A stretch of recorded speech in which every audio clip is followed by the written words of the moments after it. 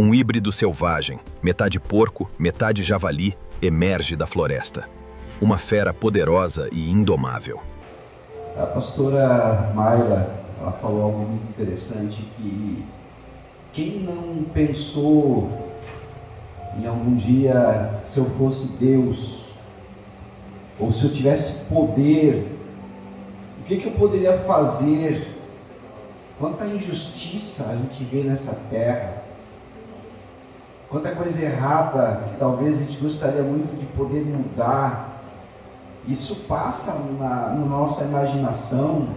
Eu acho que não tem uma pessoa que não pense nisso. E depois ela fechou com uma grande verdade. Como nós, seres humanos finitos, podemos querer entender um Deus que é infinito. Como nós, humanos, que somos corruptíveis, vamos entender um Deus que é incorruptível. Como nós, que somos limitados, queremos entender um Deus ilimitado. Como nós, sendo fracos, queremos entender um Deus que é todo poderoso. Como nós, que somos criaturas pequenas, queremos entender a mente do Criador, que está além do tempo e além do espaço, porque Ele criou o tempo e Ele criou o espaço. Então Ele governa sobre todas as coisas. Eu vou agora confessar algo para vocês. Eu gosto muito de vídeos de curiosidades, principalmente animal. Então, se eu pego no Instagram, no Facebook, que fala sobre cachorro, que fala sobre onça, leão, eu vou clicar. Eu gosto muito de curiosidade animal e assim por diante. E eu pesquisei algo que me deixou muito interessado. E eu vi que na Argentina, algumas décadas atrás, pegaram o javali africano e levaram para a Argentina para criar, porque a carne era saborosa e poderia ser utilizado para esse fim. O problema é que houve uma crise e os javalis acabaram se soltando e eles começaram a cruzar com os porcos domésticos e criou uma raça chamada Java Porco.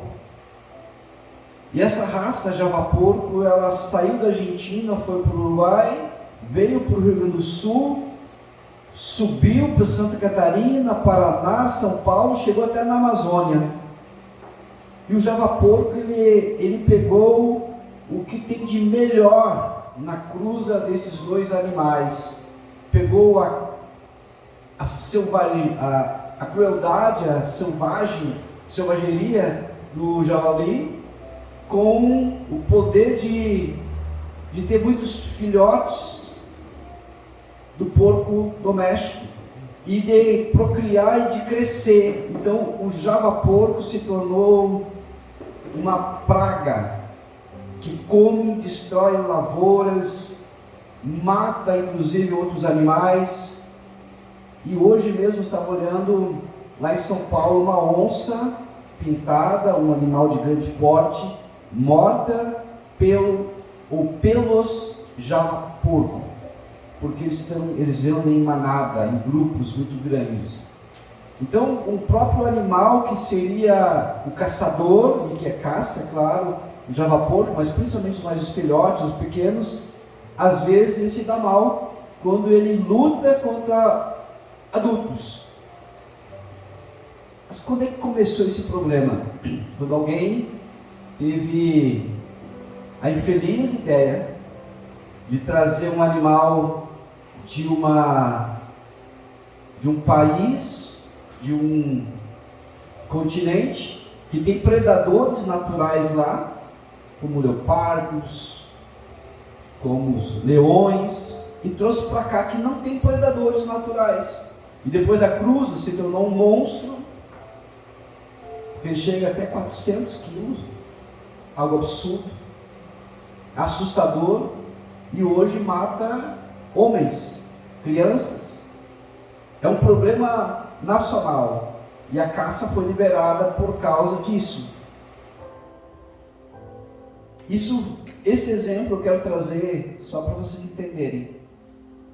A palavra de Deus diz que o homem faz planos, mas a resposta certa vem do Senhor. Nós temos uma ideia e achamos que a nossa ideia, o nosso pensamento é o mais correto de todos e que vai trazer solução. E muitas vezes só piora o problema. A Bíblia diz que é como dois cegos, um guiando o outro, e os dois indo para o buraco, para o precipício. Então, por mais que a gente estude, por mais que a gente se capacite, por mais que a gente busque o conhecimento humano ele é limitado, é falível, e nós precisamos da revelação de Deus. Por mais que a gente compreenda muitas ciências, tenha um ótimo conhecimento, isso também não resolve. Então nós precisamos que Deus nos guie e nos direcione. O apóstolo Paulo, uma certa feita, disse para Deus: Deus, eu tenho um problema, que ele denominou como um espinho na carne, ou seja, era um problema que o incomodava, que era algo complicado, que era algo terrível, que era algo doloroso, que era algo perturbador. Quem já não teve um espinho no dedo, no pé, ou em qualquer lugar do corpo? A gente não fica satisfeito enquanto não tira aquele espinho, porque nos perturba. Então esse espinho na carne de Paulo era algo que o perturbava.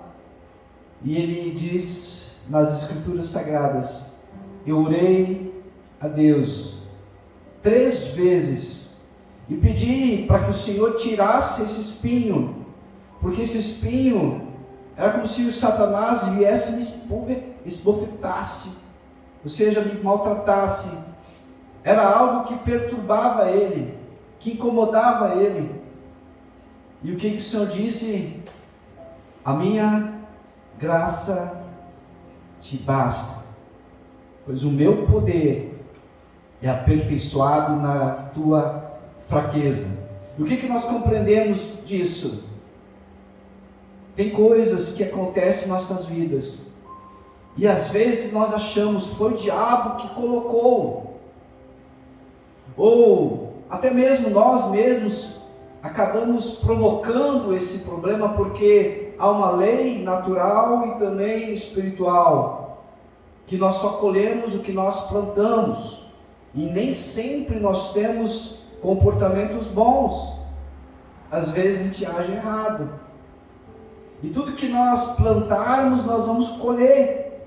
É uma lei física e também uma lei espiritual.